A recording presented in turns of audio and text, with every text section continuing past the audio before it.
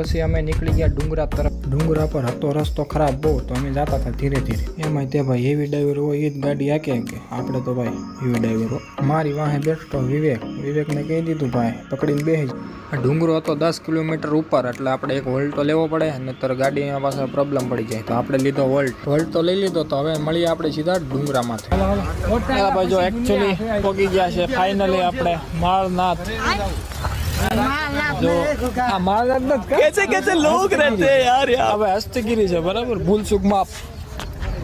जो हजी चाले है कामकाज। हाँ दूर दूर સુધી જ બધું બતાય। દેરાસરમાં તો કઈ વિડીયો શૂટિંગ કરવાની મનાઈ હતી, એટલે આપણે કઈ વિડીયો અંદર ઉતાર્યો છે નહીં। ડુંગરા ઉપરથી તમે એકવાર દ્રશ્ય તો જોવો। હા હા પછી અમે પાડી લીધા થોડાક ફોટા, અને ભાઈબંધો પણ પાડી લીધા ફોટા, અને પછી અમે નીકળ્યા નીચે જવા તરફ।